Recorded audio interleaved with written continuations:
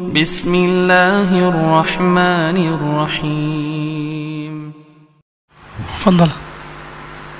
Bismillah. Assalamualaikum warahmatullahi wabarakatuh. Nama saya Abdul Mujib bin Haji Jaafar daripada Melaka, daripada Pertubuhan Ibnu Hajar. Jadi saya ada beberapa soalan, lebih kurang 2 soalan yang saya anggap sebagai soalan yang lebih menjurus kepada manhaj.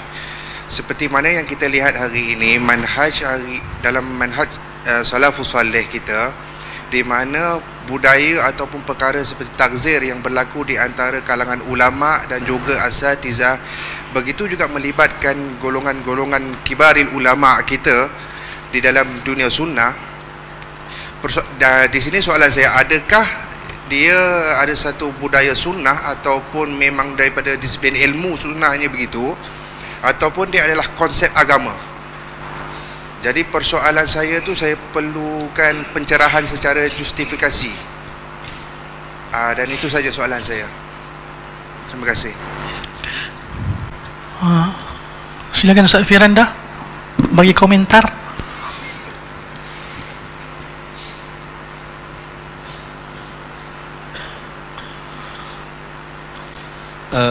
Bismillahirrahmanirrahim. Sebelum saya menjawab pertanyaan tadi, ada mungkin sedikit tambahan dari jawaban para asatidzah. Yang pertama mengenai jangan disangka bagaimana para ahlul hadis kemudian mengatakan sallallahu alaihi wasallam, dari mana datangnya landasan mereka mengucapkan demikian. Jawabannya dari firman Allah Subhanahu wa taala, ya ayyuhalladzina amanu sallu alaihi wasallimu taslima. Jadi Allah merintahkan kita untuk menggabungkan salat dan salam kepada Nabi sallallahu alaihi wasallam, dan lafal terringkas yaitu sallallahu alaihi wasallam. Dan sebenarnya salawat itu adalah doa, dan asalnya doa kita berdoa dengan sighah apapun tidak jadi masalah selama tidak meyakini ada fadilah-fadilah tertentu. Oleh kerana sering kita mendengar para khutbah tatkala mereka bersolawat dengan sighah, dengan bentuk-bentuk mereka sendiri. Mereka mengatakan sallallahu ala nabiyil mukhtar al habib al mustafa, ya boleh-boleh saja, tak jadi masalah. Tapi yang jadi masalah kalau dibuat ini salawat ini pahalanya ini salawat gini pahalanya ini, yang jadi masalah. Demikian juga tatkala salawat dalam salat, maka kita berusaha mengikuti salawat yang diajarkan oleh Nabi sallallahu alaihi wasallam, yaitu salawat Ibrahimiyah, Allahumma shalli ala Muhammad wa ala ali Muhammad kama shallaita ala Ibrahim wa ala ali Ibrahim innaka Hamidum Majid, dan seterusnya. Jadi maksud saya salawat kepada Nabi mimbabi doa, dan asalnya doa itu bebas-bebas saja dalam lafal, dan para ulama memilih lafal terpendek yaitu sallallahu alaihi wasallam, di mana lafal tersebut menggabungkan antara salawat dan salam. Saya ingatkan juga terkadang sebagian orang bersalawat dia lupa salamnya, sallallahu alaihi wasallamnya enggak disebutkan. Ya, padahal yang diperintahkan oleh Allah sallu alaihi wasallimu taslima. Jadi ini bukan perkara bid'ah sebagaimana dipersangkakan oleh sebagian orang, menuduh bahwasanya ahlul hadis membuat sighah-sighah tersendiri. Kita bilang sighah salawat adalah doa bebas-bebas saja tanpa meyakini ganjaran-ganjaran tertentu, fadilah-fadilah tertentu dalam sighah-sighah tersebut. Yang kemudian yang sebelumnya juga masalah baina yadaihi, ya, artinya terkadang kita membantah ahlul bid'ah yang mengatakan kalian mentakwil tangan Allah dengan takwilan, atau misalnya kita mengatakan taruhlah kita menerima perkataan mereka bahwasanya tangan Allah maknanya adalah qudrah, atau tangan Allah artinya adalah nikmah. Kita bilang kalaulah kita menerima takwilan kalian, dan ini tidak bisa diterima, ya. Akan tapi kalaulah kita terima takwilan kalian, ada satu jawaban Ibnu Taimiyah yang indah. Beliau mengatakan tidaklah suatu zat disebutkan kalimat tangan sebagai ungkapan dari kekuatan atau sebagai ungkapan dari nikmat kecuali zat tersebut benar-benar punya tangan.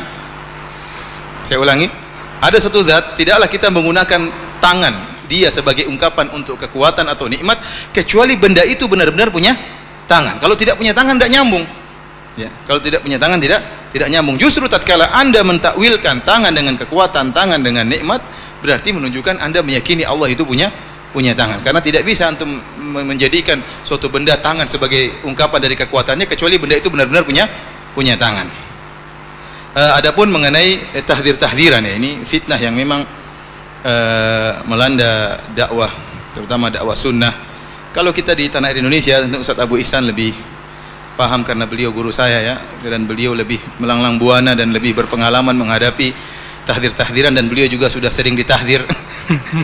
Kemudian muridnya mewarisi pun juga ditahdzir pula.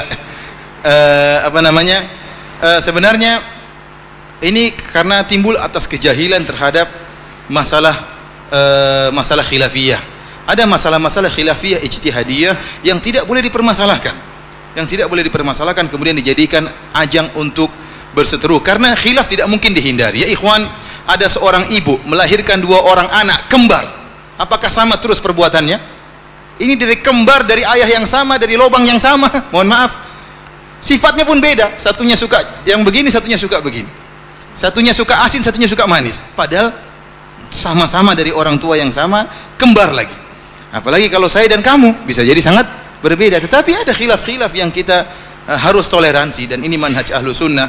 Manhaj Ahlus Sunnah harus kita paham. Manhaj Ahlus Sunnah jangan cuma masalah akidah, jangan cuma masalah yang lainnya. Ada manhaj Ahlus Sunnah dalam menghadapi perselisihan. Para ulama telah menjelaskan, jika perselisihan tersebut merupakan perselisihan ijtihadiyah, bukan perkara yang qat'iyah, maka harus toleransi. Silakan Anda mencari pendapat yang terbaik, silakan Anda menyalahkan yang lain, tapi Anda harus toleransi menerima pendapat yang lain. Dan perkara ijtihad banyak. Yang kita perhatikan sekarang ini, timbul masalah-masalah khilafiyah yang ada di Indonesia kemudian diekspor ke Malaysia, ya. Seharusnya tidak ada di Malaysia namun diimpor ke Malaysia, ya. Apa yang tidak perlu, ya. Masalah-masalah ternyata kita perhatikan masalah-masalah sepele. Masalah-masalah sepele.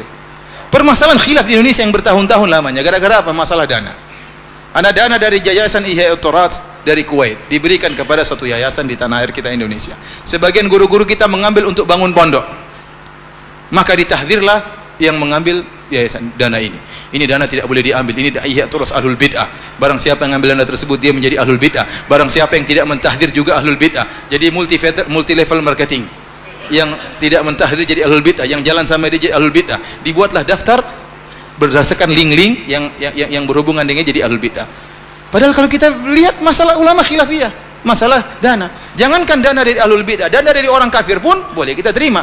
Seperti Shalih Fauzan hafizahullah pernah ditanya, dia bilang Nabi SAW menerima dana dari bantuan, menerima hadiah dari orang kafir, menerima hadiah dari orang kafir, menerima hadiah dari Yahudi, dari wanita Yahudiyah, menerima hadiah dari Muqawqis dan lain-lainnya.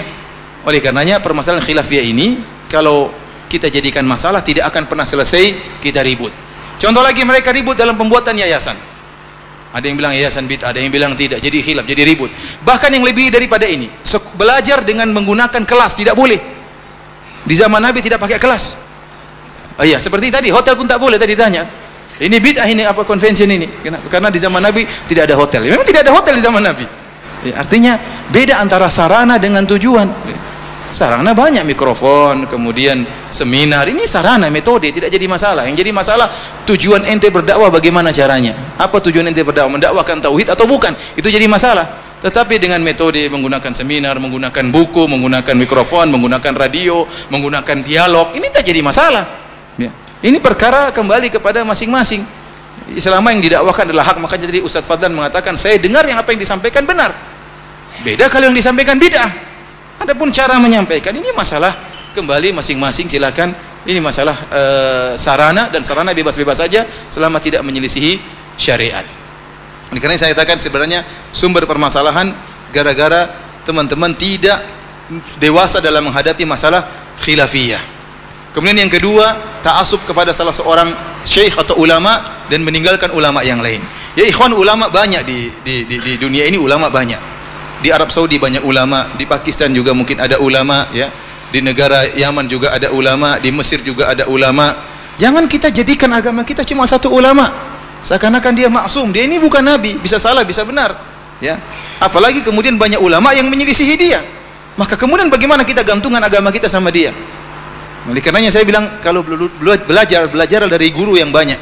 Lihat para ulama dulu, Imam Bukhari gurunya ratusan, Imam Fulan gurunya ratusan, tidak ada ta'assub dalam diri mereka.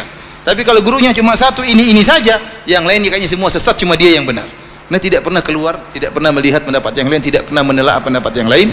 Inilah masalahnya, ya. Kembali kepada kita sebenarnya. Kalau disuruh para ulama tidak khilaf, tidak mungkin. Saya katakan tadi, orang kembar saja bisa khilaf, apalagi dua bapaknya beda, ibunya beda. Ya, bisa terjadi perselisihan. Tapi bagaimana sikap kita menghadapi perselisihan tersebut? Kalau kita tahu para ulama berselisih, ya sudah, kita berlapang dada. Kita hargai saudara kita. Jangan kita bilang dia memilih pendapat tersebut karena ikut hawa nafsu, dia mengambil dana tersebut karena cinta harta. Ini tidak benar. Dia mengambil dana tersebut ternyata untuk buat pondok, untuk mengembangkan dakwah, dan benar berdiri banyak pondok. Ya, berdiri banyak pondok dengan bantuan-bantuan tersebut. Ya. Kata mereka, berikan saja dana tersebut kepada ahlul bidah. Oh, ini jawaban yang aneh juga. Berarti membantu ahlul bidah, kalau tidak itu dana kaum muslimin. Sementara Yayasan Ihya At-Turath hanya menyalurkan. Artinya saya katakan, taruhlah pendapat saya keliru, namun ini masalah ijtihadiyah. Kapan kita memaksakan masalah ijtihadiyah, pasti kita ribut. Maka perlu kita ahlu sunnah paham bagaimana manhaj ahlu sunnah dalam masalah menghadapi masalah ijtihadiyah khilafiyah. Bukan ini masalah qat'iyah, kecuali kalau ada dalil dari Rasulullah SAW bersabda haram mengambil dana dari Ihya At-Turath, maka tidak boleh kita ambil. Siapa yang ngambil sesat, bahkan bisa kafir menentang hadis Nabi SAW. Namun Al-Qurannya tidak ada, hadisnya tidak ada. Kemudian ini masalah ijtihadiyah, kemudian kita paksa-paksakan, pasti ribut. Maka saya nasihatkan kepada diri saya dan juga pada para hadirin untuk dewasa, kenalilah manhaj ahlu sunnah dalam menghadapi masalah ijtihadiyah khilafiyah, maka akan banyak permasalahan yang bisa kita hadapi. Wallahu a'lam bishawab.